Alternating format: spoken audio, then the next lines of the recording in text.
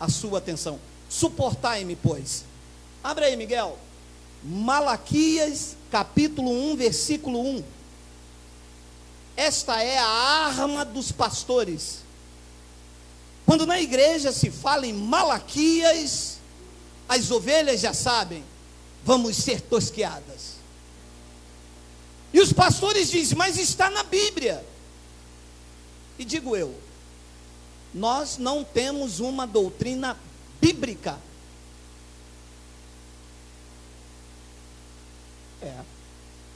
A nossa doutrina não é bíblica. Se fosse bíblica, Malaquias serviria para mim, Levítico serviria para mim, porque Levítico é bíblico. Malaquias não é bíblico, mas não serve para mim. Então a nossa doutrina está nas epístolas de Paulo, de Romanos a Hebreus, que são a revelação da graça de Deus para a igreja gentílica que vive o novo pacto. Então preste atenção, Malaquias capítulo 1, versículo 1. Peso da palavra do Senhor contra a igreja no Brasil, contra a igreja, contra os gentios. Então leia, peso da palavra do Senhor contra Israel por intermédio de... Então, o livro de Malaquias, que está inserida na lei de Moisés, não se aplica ao povo gentílico. É uma sentença contra o povo de Israel. Quem é de Israel, diga baixinho, aleluia. Então essa carta não se aplica a você. Eu tenho dito como exemplo, se eu escrevo uma carta para minha esposa e digo, minha querida esposa, eu te amo, esta carta cai no chão e se perde. Você pega, se aplica a você? Eu estou falando com você? Não, mas você pode usar e falar, nossa, como que ele tratava muito bem, olha, ele ama, mas ele não está falando comigo. O conteúdo não se aplica a mim, porque eu não estou dizendo que amo você, eu estou dizendo que amo a minha esposa. Esta carta se aplica a ela. Malaquias não se aplica a você. Malaquias não está falando contra você. O profeta não está sendo usado para mim nos dias de hoje. Para os dias de hoje, quem fala comigo é o Espírito Santo, que é o Senhor, que é Deus, que é um só, por intermédio das epístolas de Paulo, para os gentios, que somos nós. Então, o que é que os pastores fazem? Pegam Malaquias 3, versículo 8, 9 e 10 e aplicam na igreja, dizendo, vocês estão roubando o Senhor, vocês não estão dando o dízimo do Senhor, e eu vou amaldiçoar vocês. Mas esta sentença não é contra a igreja gentílica, porque nós não estamos mais debaixo de maldição. Ele nos libertou da lei, ele nos trouxe agora para a sua graça. Então, quando os pastores vêm com Malaquias 3:10, ele está pregando o livro da lei para a igreja gentílica. E a igreja gentílica não pode receber lei, porque todos os que estão debaixo da lei, disse Paulo aos Gálatas, estão debaixo de maldição. Então, no capítulo 3, vê se tem aí, Miguel, no versículo 8, está aí o que eles aplicam na igreja. Lembre? Mas isso aqui não é para você nem para mim, porque nós não somos de Israel, nós somos da igreja gentílica, nós somos da igreja do novo pacto, aonde o sumo pastor é que nos conduz em toda a verdade. Então olha o que ele diz, Malaquias 3:8, roubará o homem a Deus? Todavia vós me roubais. Vós quem? Com quem que ele está falando? Com o de Israel. Diga, não está falando comigo, a carta não é para mim. Vós me roubais, e eles disseram, em que te roubamos? E disse Deus, nos dízimos e nas ofertas. 9. Com maldição sois amaldiçoado, porque a mim me roubais. Sim, todas esta nação, Brasil, Espanha, França, Canadá, não são as nações. Se fosse nações, tinha brecha, porque nações são mais de uma. Então estaria incluída aqui a França, o Canadá, o Zaire, a Colômbia, a Luanda, mas está no singular, porque está falando com uma nação só, e essa nação é Israel, e nós não somos como Moisés. Isso não aplica na minha vida e nem na sua. Alô, da Zâmbia? Ué, e por que os pastores não pregam isso? Porque são cães gulosos. O seu Deus é o ventre. Estão atrás de tosquear as ovelhas. As suas solenidades são para ganhos próprios. Eles não querem instrução e verdade, porque se pregarem o que vem para ir para frente, a igreja fica vazia. Eu não tenho medo da igreja ficar vazia. A igreja não é minha. O que te prende aqui não pode ser a cerca. O que te prende aqui é o alimento. Entende-se? Eu estou pregando aqui sobre o temor do Espírito Santo, senão Paulo se levanta e vai embora. Está aqui como aferidor, e você deve estar aqui assim também. Não pode permitir que eu pregue o engano em você aí, alimentando o meu ego, eu te enganando, e você deve estar aqui pela verdade. E é por isso que a igreja se tornou o que é, porque as pessoas não vão em busca da verdade. As pessoas vão em busca daquele irmão que é muito legal, ou eu não consigo sair de lá porque lá as pessoas são bacanas. Aqui ninguém é legal, aqui ninguém é bacana, aqui a palavra é que nos alimenta e estamos aqui por ela. E quando alguém errar por nós, por causa da palavra que nos alimenta, nós suportamos uns aos outros em amor. Então olha, com maldição sois amaldiçoado, porque a mim me roubais sim toda esta nação. A nação de Israel, a carta é para ele, Deus está falando com eles. Esta carta não pode ser aplicada na minha vida. Então olha o que ele diz no versículo 10. Trazei todos os dízimos à casa do tesouro. Você disse que ia me suportar, deixa eu te investir. A casa do tesouro era o templo lá em Jerusalém, aonde os levitas administravam lá dentro. O dízimo era alimento, dízimo não era dinheiro. Dízimo era a 10ª parte da plantação dos judeus, que eles deveriam levar anualmente. Não era todos os cultos. Anualmente eles tinham que pegar 10% da sua plantação e levar à casa do tesouro que ficava em Jerusalém, para sustentar os levitas que não tinham herança e não podiam trabalhar, porque eles ficavam dentro do templo em Jerusalém. Lá era a casa do tesouro. Neste novo pacto, Paulo disse que a casa do tesouro somos nós, vasos de barro, mas com grande tesouro dentro de nós. Por que Paulo disse isso? Porque quando muda o sacerdócio, tem que mudar a lei. Mudaram os pactos, mudaram-se a aliança, o templo não é mais em Jerusalém, e o templo agora sois vós, o templo do Espírito Santo. Diga, Abba, Pai. Trazei todos os dízimos à casa do tesouro, para que haja mantimento na minha casa, e depois fazei prova de mim nisto, diz o Senhor dos Exércitos. Se eu não vos abrir a janela do céu, e não derramar sobre vós uma bênção tal, que até que não haja lugar suficiente para recolher. O que estava acontecendo aqui? Como eles estavam em desobediência, não levando para os sacerdotes, e os sacerdotes em consequência em desobediência a Deus, Deus cerrou a janela dos céus. Era um pacto de dente por dente, olho por olho, e Deus agia segundo as obras dos homens. Hoje é em graça, Deus não age segundo as minhas obras, Deus age segundo a sua graça e a sua misericórdia, porque o favor agora é imerecido. Então Deus cerrou a janela dos céus. Como não chovia, eles não plantavam e não colhiam. De uma outra feita, continuou-se a desobediência. O que ficou? Deus enviou um gafanhoto chamado devorador. O que os pastores fizeram? O que eles, lindo de morrer, pior que os políticos aí, transformaram o devorador no diabo. É porque o diabo vai na tua casa, meu amado. Você acha que eu vou sair um domingo para vir num lugar, ouvir falar da palavra e o cara dizer que o diabo vai na minha casa? Já não basta os diabos lá em Brasília, meu amado. Ainda vai entrar um outro para comer o que é meu. Meu amado, para comer o que é meu já basta a minha fome. Mas são ameaças, porque quando eles não pegam na ameaça, ele pega no medo.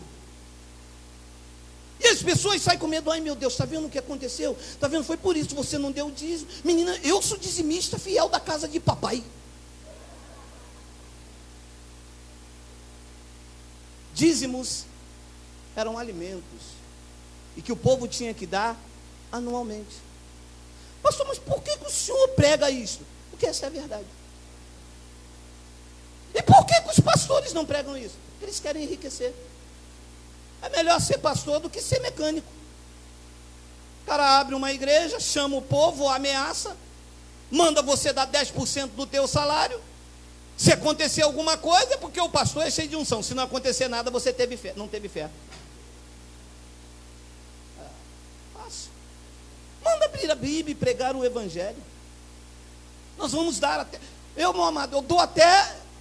Eu dou minha vida, dou meu carro, dou tudo. Mas se pregar a verdade. Se eu for apacentado com a verdade, eu dou tudo por gratidão. Porque nada melhor do que você andar na verdade. Pastor, mas se isto aqui é no Novo Testamento, me perguntam os teólogos, então o que Jesus mandou dar no Novo Testamento lá em Mateus 23, hein? Vamos ler? Vamos? Mateus 23, 23? Coloca aí.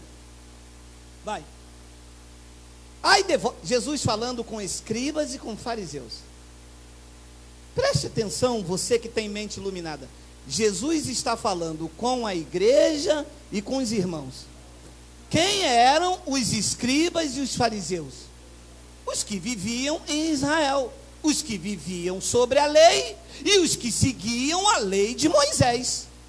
Então, eles tinham que dar dízimos.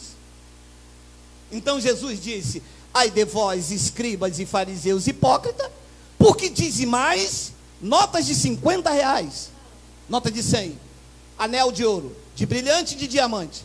Qual era o dízimo que os escribas e fariseus davam? Diga lá, olha lá: hortelã, endro e cominho, porque isso era o dízimo. Você vê as ovelhas levando. Quem que é isso aí? Saco de milho. Para quem? Vou levar meu dízimo para a igreja. Você vê? Que dízimo? Não era dinheiro. Dízimo era alimento. Então ele diz: vocês dizimam a hortelã, o endro e o cominho, e desprezais o mais importante da lei. Ah, dízimo era da lei. Ah, e vocês estão desprezando o mais importante da lei: o juízo, a misericórdia, a fé. Deveis, porém, fazer essas coisas, dar o dízimo do endro, e não omitir aquela. Ah, está vendo? Jesus mandou no Novo Testamento os fariseus dar o dízimo. Olha, eu vou te poupar, mas deixe de explicar. Mateus não é Novo Testamento. Ah, não, espera aí. Ah, não, entrei no lugar errado, está vendo? Você não prega a verdade. Mateus, Marcos, Lucas e João não é Novo Testamento. São livros históricos que tratam da biografia, do nascimento de Jesus nos dias de sua carne. Porque olha o que explica o escritor dos Hebreus. Coloca lá, Miguel. Porque onde há testamento, é necessário que intervenha a morte do testador. Para aí. É verdade. Nunca tinha me mostrado isso. Ora, para ser testamento, tem que acontecer a morte do testador. E se o testador está vivo, então não é testamento. Recebe? Recebo o entendimento do Espírito na minha mente. Então, enquanto Jesus, nos dias de sua carne, o conhecido Emanuel, estava andando em Jerusalém, ainda era a lei, porque a lei e os profetas duraram até João. Então ele estava andando ali, mas ele estava sobre a lei. Jesus nasceu sobre a lei, e nos dias de sua carne tinha que se aplicar a lei, porque para ser Novo Testamento era necessário que intervenha a morte dele. Então da cruz para cá, aí sim é Novo Testamento. Porque olha o que ele diz, 17, olha, lê agora. Porque um testamento tem força onde houve morte. Ou terá ele algum valor enquanto o testador vive? Então, enquanto Jesus estava vivo, não tinha Novo Testamento, ainda era velho. Recebe, diga eu recebo. Está aí. Pastor, mas por que isso só tem aqui? Não, isso não tem aqui, isso está aqui. Não está longe de ti, está na tua boca, está no teu coração. Eles que não pregam. Aí toda a doutrina da igreja está inserida onde? Mateus, Marcos, Lucas, João. Aqui é novo, vocês não pregam novo. Olha a mulher do fluxo de sangue, desce, Zaqueu. Essas são histórias, não tem revelação, não tem doutrina. Então eles pegam a passagem de Mateus 23, 23 e diz que Jesus no Novo Testamento mandou dar dízimo, mas Mateus, Marcos, Lucas e João não é Novo Testamento, porque um testamento só tem força de lei quando o testador morre, e o testador, que é Jesus, estava vivo em Mateus, Marcos, Lucas e João. Então quando você abre da cruz para cá, você não vê Paulo falando em dízimo, não vê Paulo obrigando os irmãos, sendo pesado aos irmãos. Paulo trabalhava, Paulo passou dificuldade, a igreja, sem acusação da lei, respondeu com gratidão, não deixava o apóstolo passar aperto. Ele disse: eu recebi tudo, estou cheio, desde que Epafrodito me trouxe das vossas mãos, como um sacrifício suave e agradável a Deus, mas sem imposição. Você entra na igreja 2 horas pedindo dinheiro, você entra na igreja, a ovelha sai tosquiada, de ameaça, e a ovelha entra dentro de casa, vê a panela cair, aí ela lembra que o pastor disse: ó, o devorador na tua casa, uma panela que caiu. E é assim que as ovelhas estão fora do pasto. As ovelhas estão no mundo aí porque entraram dentro. Eu consigo ver às vezes com meus olhos espirituais, às vezes elas entram aqui, eu vejo, caramba, olha, mas o cara chega, passou a máquina, nem, porque às vezes eles passam a máquina tem uns que tosqueiam, mas chega, passa máquinas e a pessoa entra quebrada, com vontade de subir. As pessoas querem ouvir tudo, menos de Deus,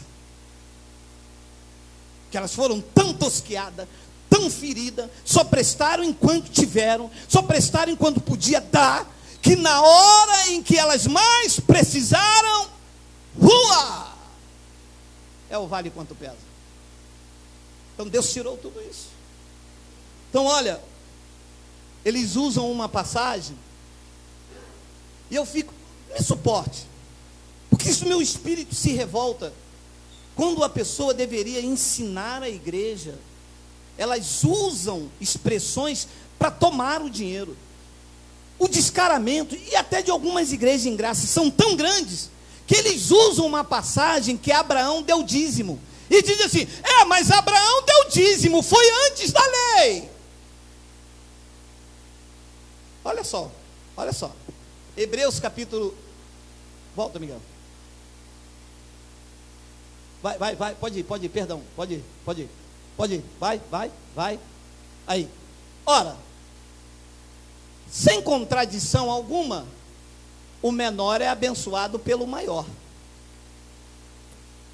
8, e aqui, certamente tomam dízimo homens que morrem, ali, porém, aquele de quem se testifica que vive. Preste atenção na revelação. O apóstolo Paulo está escrevendo aos hebreus.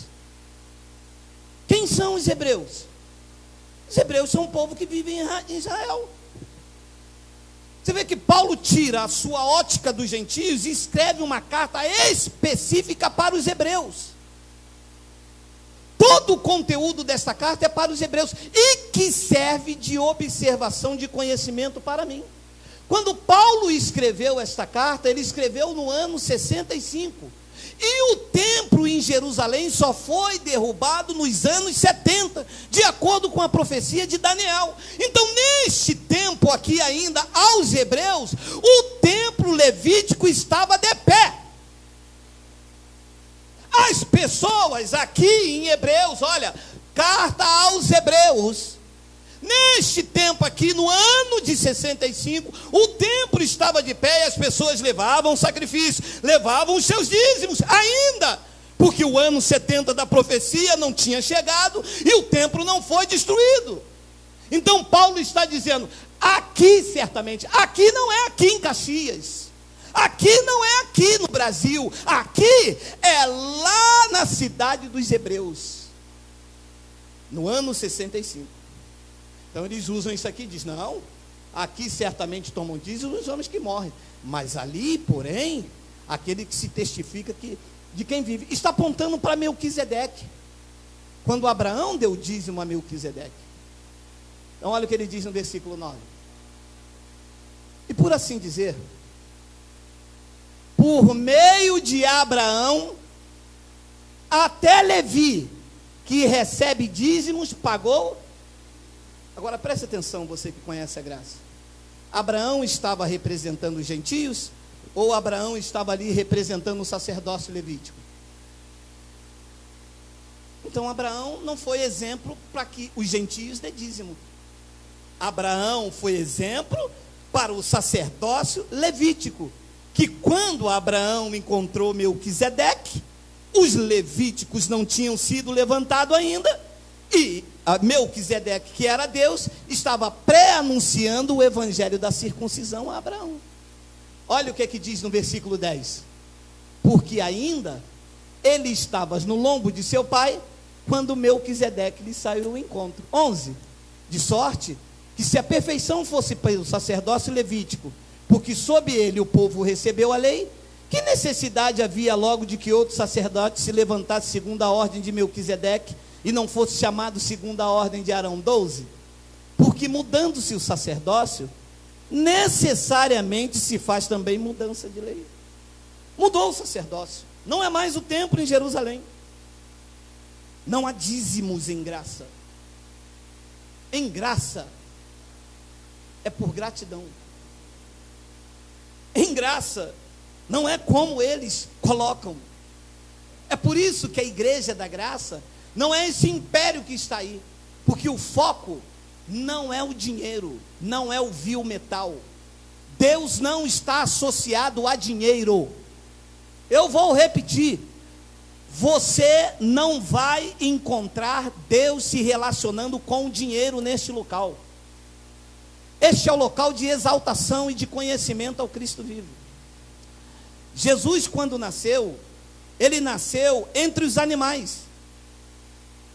Os magos, quando foram procurá-lo, foram até o palácio de Herodes, querendo saber aonde nasceu o rei, o Salvador.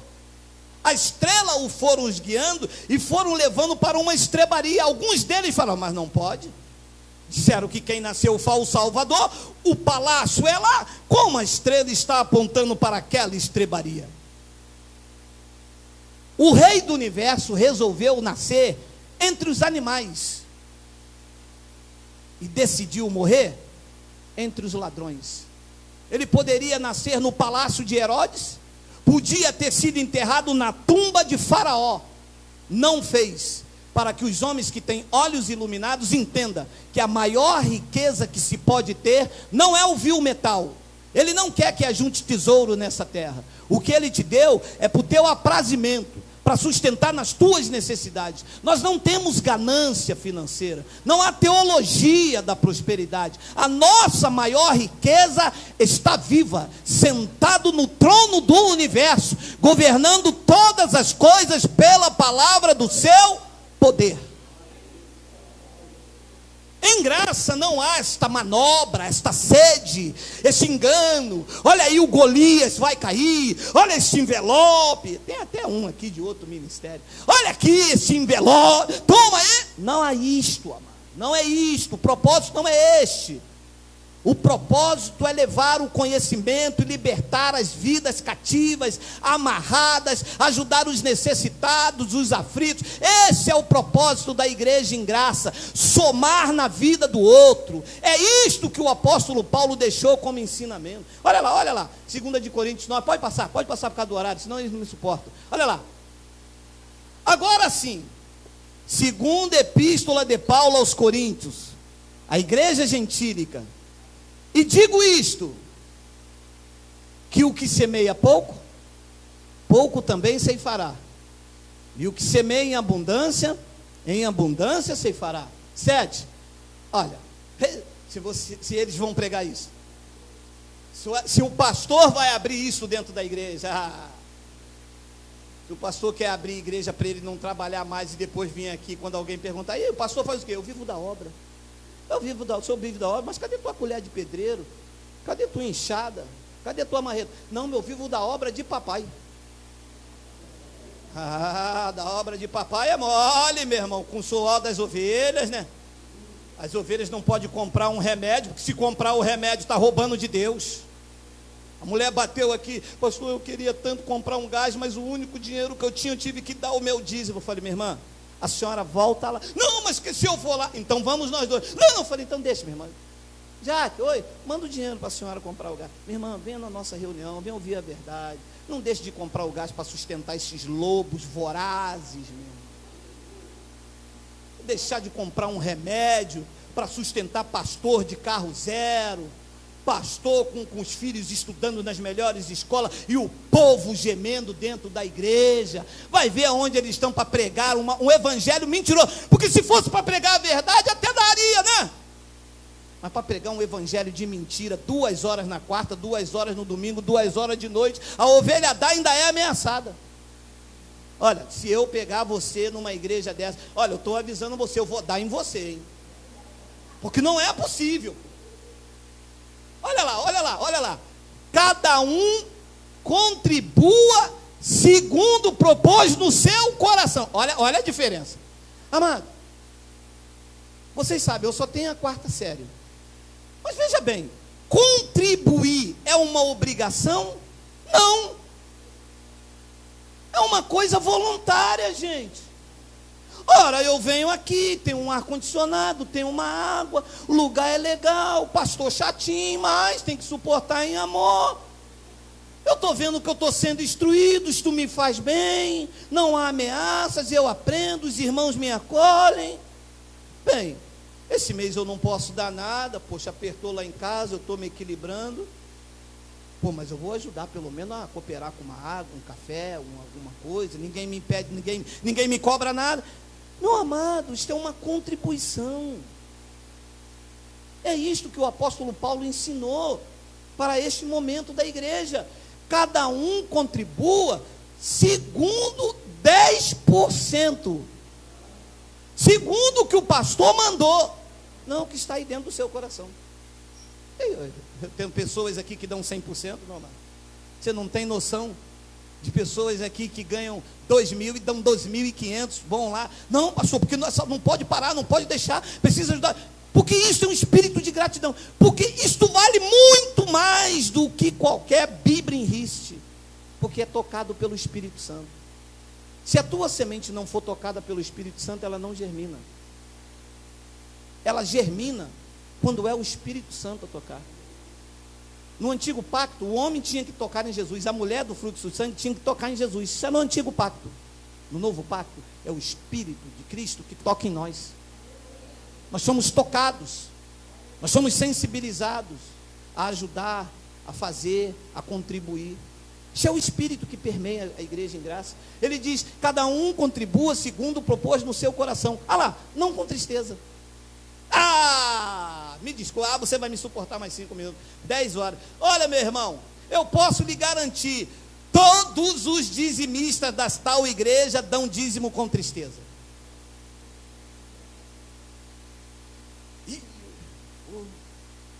Caramba, recebi um dinheiro aí, 3.000 reais, vou ter que tirar 300 reais, fazer o quê, né? Está na Bíblia, né? É a palavra do Senhor, é a palavra do Senhor. É a palavra do Senhor. O cara puxa. Não é a palavra do Senhor. É a palavra do Senhor para os de Israel. Para nós, os da graça, é esta: cada um contribua segundo propôs no seu coração, não com tristeza ou por necessidade. Por que é que Paulo estava fazendo isso? Porque Paulo, como saiu da lei, sabia que as pessoas debaixo do espírito do dízimo, ou dão dízimo ou com tristeza, ou por necessidade. É ou não é você que veio de lá? Hein, pessoal? Você veio de lá, você dava pela necessidade da janela dos céus abrir. E não abria nunca. Só abria para quem estava aqui atrás. Para quem estava aqui atrás, abria janela, abria porta, abria telhado, abria casa, abria o mar vermelho. Mas os daí, nunca. Porque era um espírito de barganha que eles colocavam em nós, entendeu? Se eu der, Deus me abençoa. Se eu não der, Deus não vai me abençoar. A graça veio e tirou isso e disse: não, você já é um abençoado com todas as sortes de bênçãos. Entendeu, abençoado? Não existe esse espírito de barganha, ou dá por tristeza ou por necessidade.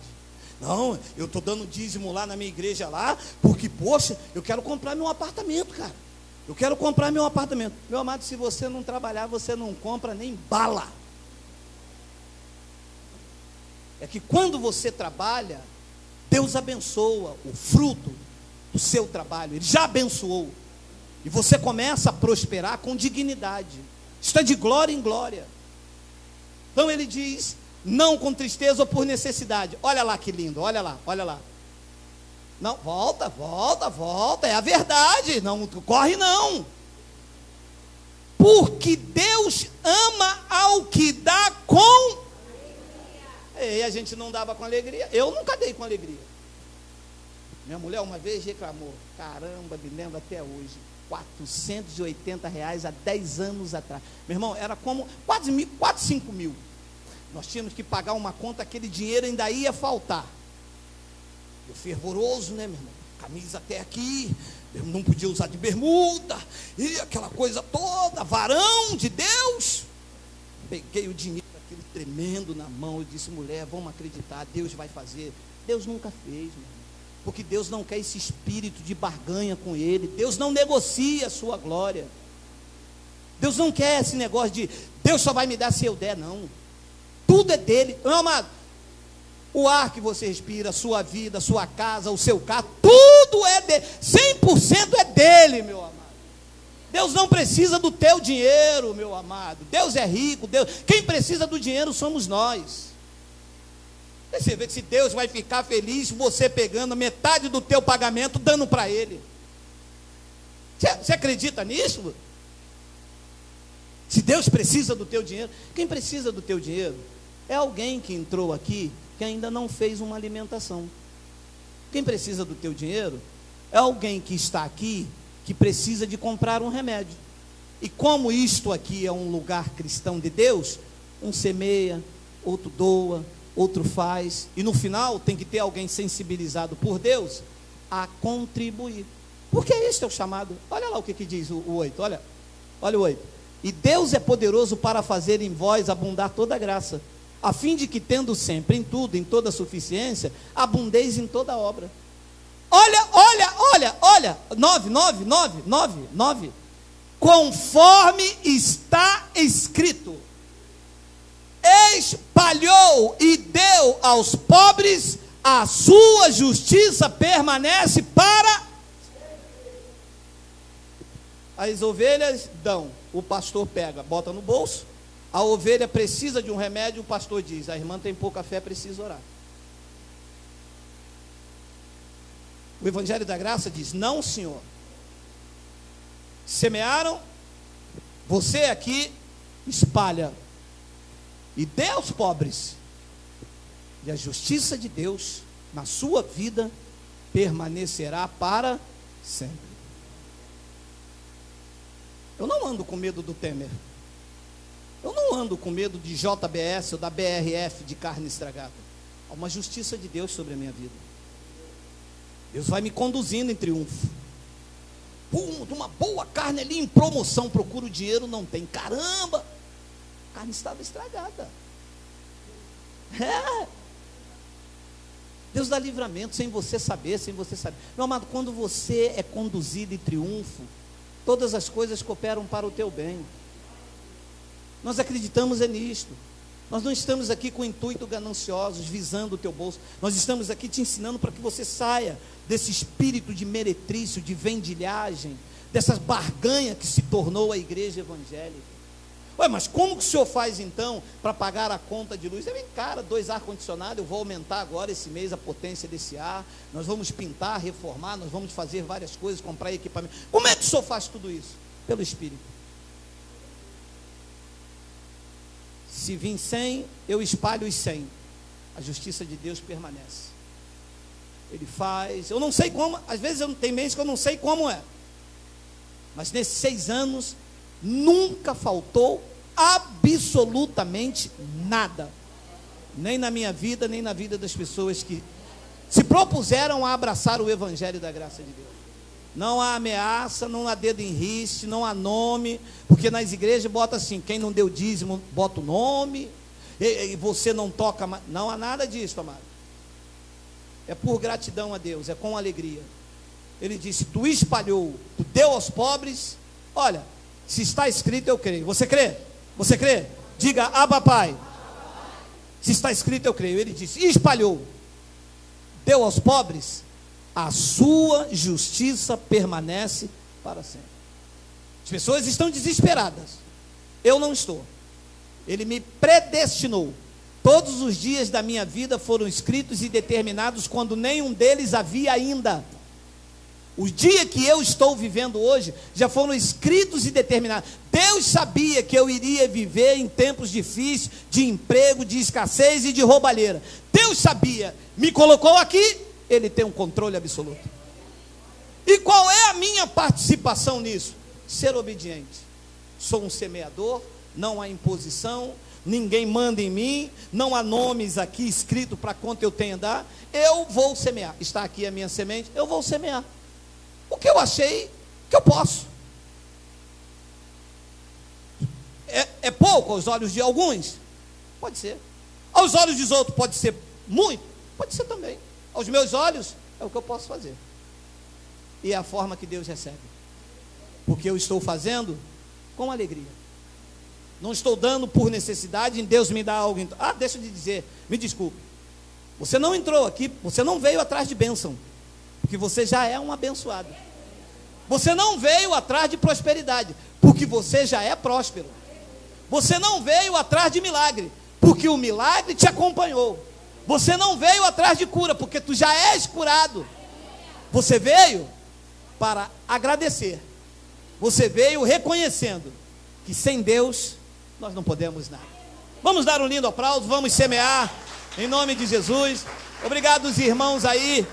O lugar é Huambo, Angola. Um abraço da igreja em Caxias. Vamos semear.